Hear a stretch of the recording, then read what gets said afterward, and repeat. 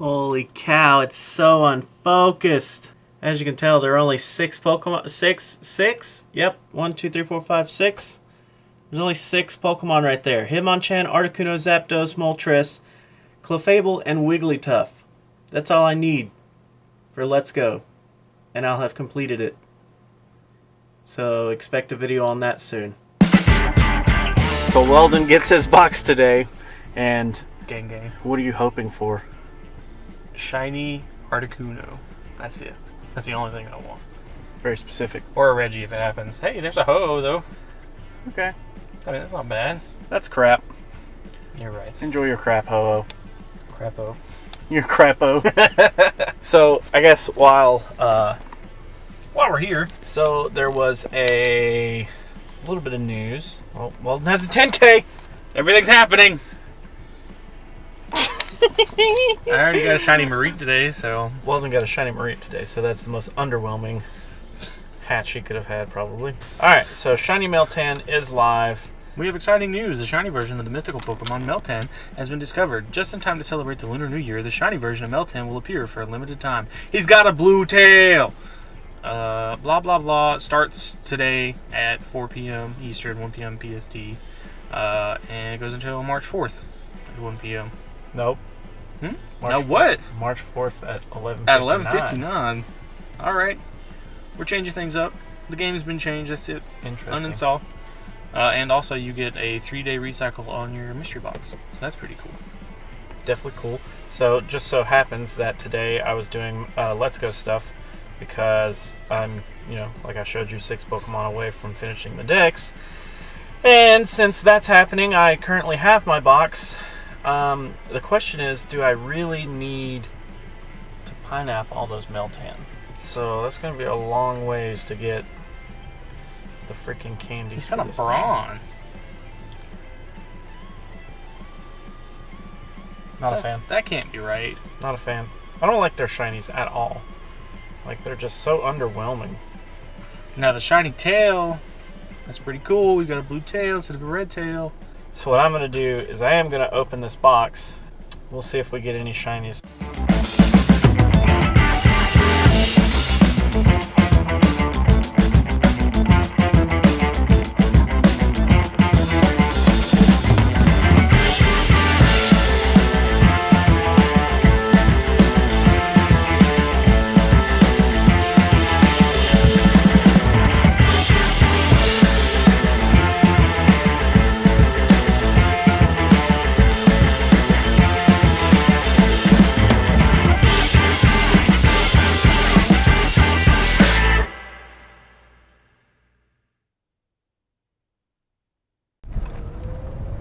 I mean, it is kind of windy. This would be a good time for it. You want to roll my window up so there's no...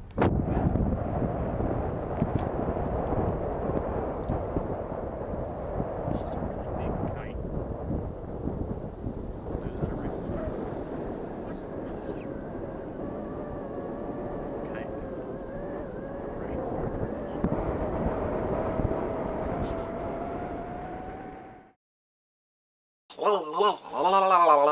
Today is February 5th of the year 2019, and some weird, interesting kind of stuff happened today.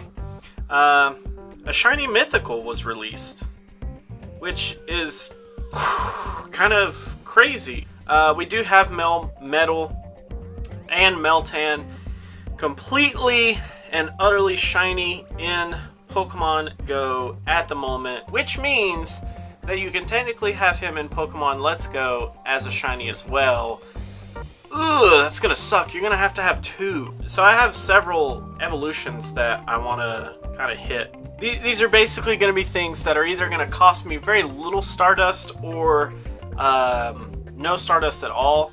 My plan is to evolve some of these Pokemon, see what moves I get on them, and then basically some of these Pokemon I'm going to use in the Twilight League, some of them I'm not. My entire goal this month is to spend the least amount of resources possible on the Twilight Cup. I had 1,000,000 Stardust in December.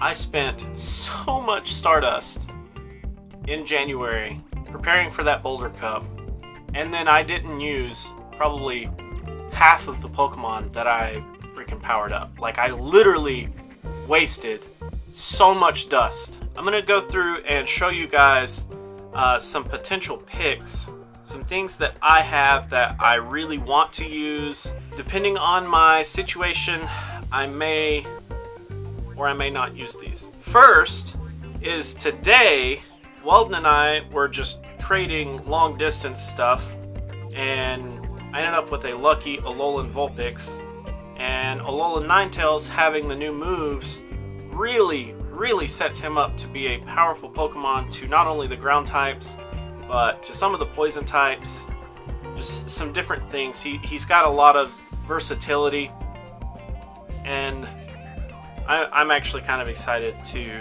see if Alolan Ninetales does anything in this cup this month. So Alolan Ninetales, being Ice and Fairy, has a couple of interesting types there. As you can see, this one went straight to 1306. Definitely is going to need... It's going to need a second move. And it's definitely going to need... Having a Fairy type move, and an Ice type move, and a Psychic type move is really going to just really do good for Alolan Ninetales here. Next, we have a beautiful Nidoking coming up. So this one's actually going to be $14.99 at level 22.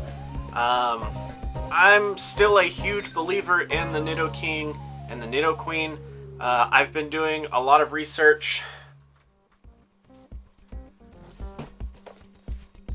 You know, I always show this off, but you guys can never read it. So basically, I've just been, doing more and more research, as much research as I can, to try and figure out where certain Pokemon are going to be like really good, where certain Pokemon are going to really lack. And based on a lot of feedback that I got from the Twilight video that I've already done, a lot of people were talking about how Nidoking and Nidoqueen are really slow to get off their charge attacks, which is very true. So actually here, Poison Jab and Earthquake, let's take a look at this really fast.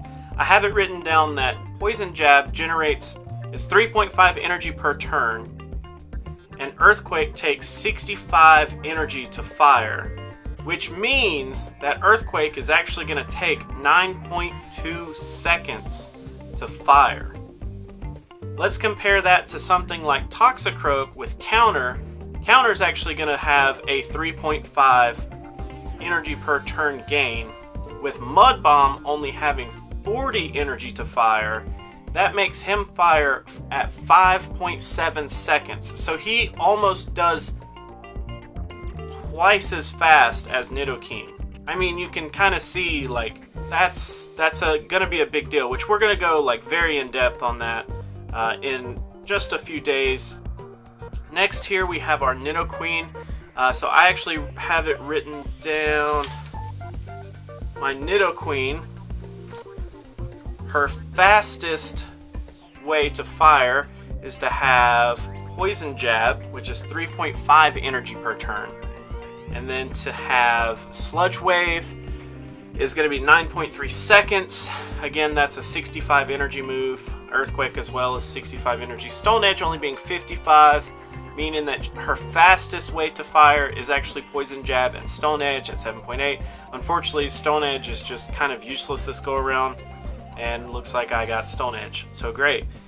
Poison Jab is the fast move that I'd want. Unfortunately, I'd rather have to change fast moves than to have to change charge moves, because I like charge TMs as always. Next we have our Venomoth. I actually don't think I wrote down anything on Venomoth yet. No, I have not. Venomoth getting a little bit of the tweak from January 31st update really does help Venomoth here. And I really do think that Venomoth could be a big threat, because it having access to confusion here. I mean, a psychic move, a bug move, and then you throw in a poison move, you've got a nice little package there. Now, Legacy is going to do a little bit better, but, you know, it just kind of depends on what you have. So here is my good old Mawile, which I would love to be able to use. I honestly do not think I'm going to be able to use it just because it's going to cost me so much to freaking get. I don't see myself investing in it. I just don't. It's going to cost way too much. 75 candies for a new move, 75,000 dust for a new freaking move. I mean, and then all the Stardust to get it to level 36, all the candies to get it to level 36. I think it was going to take me like 122 candies, or no, it was 122,000 Stardust just to get it to level 36. And I was looking at possibly getting a lucky one, like trying to, since the lunar event's going on, but the lucky rates aren't like as great as you'd expect. They are better, way better, considering that I only did like 10 or 11 trades today and I got a lucky. That's a lot better than usual. So here we have Skuntank. Now I have written down that his fastest moveset is actually Poison Jab and Crunch at 6.4 seconds. So I actually have the fastest one here.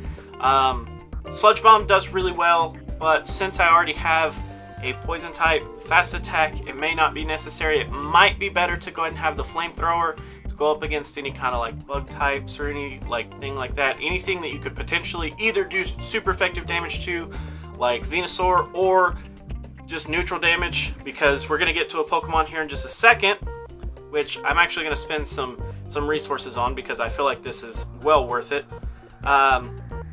So we're going to go for just exactly 50 candies to start off with. This will be a new evolution for me, but I honestly believe that Drapion is going to be one of the top Pokemon that you're going to face. Drapion is just amazing. Bite and Aqua Tail, if I'm not mistaken, Bite is preferred in most matchups, but Aqua Tail is definitely preferred for a lot of his matchups because it's going to do neutral damage to a lot of different things.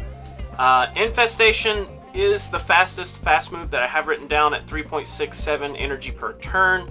With Sludge Bomb, you can actually fire that off in 6.8 seconds. With Crunch, you can actually fire it off in 6.1. So he is actually really fast. He's got a lot of like quickness to him. I don't have numbers for Aqua Tail. Being that it's 50 energy, it should be the same as Sludge Bomb, which means every 6.8 seconds. So I'm definitely going to be powering this one up. Drapion, he's such a cool Pokemon. I love him. He's probably one of my favorite Gen 4 Pokemon, to be honest. He's just a really cool guy. As far as the Twilight stuff goes, that's actually all of the evolutions that I have for it. Although I do have a couple of things that I want to evolve just to get them out of the way here. Actually, no, I'm kidding. I have one more Twilight Cup that you guys are going to get to see today. 583 on this Eevee. He is currently my buddy. I have currently walked him 10.4 kilometers. It is the middle of the night. We're hoping that I don't lose GPS signal because I do that a lot when I'm at home, but here's to hoping. Should be an Umbreon. We got the Umbreon. That's step one. Now, Umbreon, I have written down that Snarl is actually going to be the faster fast move. It's going to do 3.33 energy per turn, and Foul Play is actually the faster charge move, so that sets you up to fire off about every 6.75 seconds. As you can see here, this one is 1176. When I power it up, it should be exactly 1500. But that is actually going to be my sweet Umbreon. So I did catch this 96% Scyther the other day. Pretty stoked about that. Scyther and Scizor are two of my favorite Pokemon. For anybody who like hasn't been watching for a while, I'm a huge bug type Pokemon nerd. I love bugs. If they ever make a bug out of a praying mantis, it's gonna be like I'm gonna love it. So here we actually have our Scyther going to a Scizor. Bullet Punch Iron Head is not what I was really wanting, but I was hoping to be able to use him tomorrow. Tomorrow I do have 2 EX raids, so I'm going to be able to get 2 of the Deoxys attacks. So I'm pretty excited about that. I was just thinking of different, like, unique Pokemon to try to solo him.